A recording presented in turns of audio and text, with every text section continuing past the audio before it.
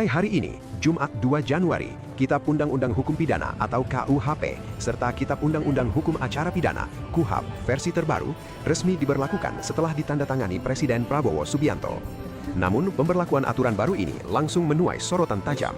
Sejumlah pasal dinilai berpotensi mengekang kebebasan sipil, mulai dari ruang berekspresi, privasi warga, hingga perlindungan terhadap kelompok minoritas. 1. Pasal penghinaan Presiden. Salah satu pasal yang paling menuai kontroversi adalah pasal 218 KUHP. Aturan ini mengatur sanksi pidana bagi siapapun yang dianggap menyerang kehormatan atau martabat presiden dan wakil presiden di ruang publik, dengan ancaman hukuman penjara hingga 3 tahun 6 bulan. Meski terdapat pengecualian untuk kepentingan umum dan pembelaan diri, kalangan masyarakat sipil khawatir pasal ini bisa kembali menjadi alat untuk membungkam kritik, terutama terhadap pemerintah. 2. Penghinaan lembaga negara. Sorotan berikutnya tertuju pada pasal 240 yang mengatur penghinaan terhadap pemerintah atau lembaga negara. Sanksi pidana dapat meningkat jika perbuatan tersebut dianggap memicu kegaduhan atau kerusuhan di masyarakat. Pasal ini dinilai berisiko menghambat kebebasan menyampaikan pendapat, terutama kritik terhadap institusi negara.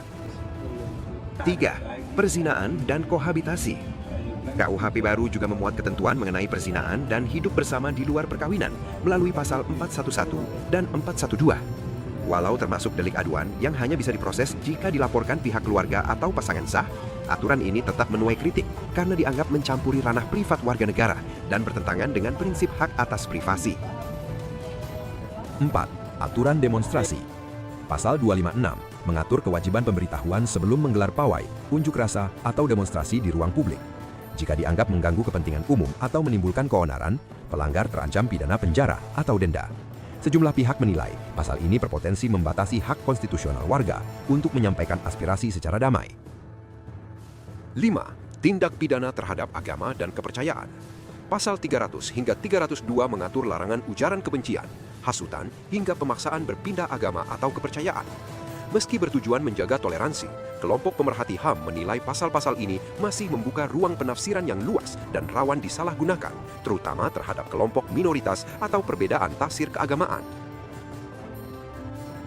Pasal 188 KUHP baru kembali mengatur larangan penyebaran paham komunisme, Marxisme-Leninisme, serta paham lain yang dianggap bertentangan dengan Pancasila. Walaupun ada pengecualian untuk kepentingan akademik dan ilmu pengetahuan, frasa paham lain yang bertentangan dengan Pancasila dinilai terlalu kabur dan subjektif, sehingga berpotensi mengancam kebebasan berpikir dan kebebasan akademik.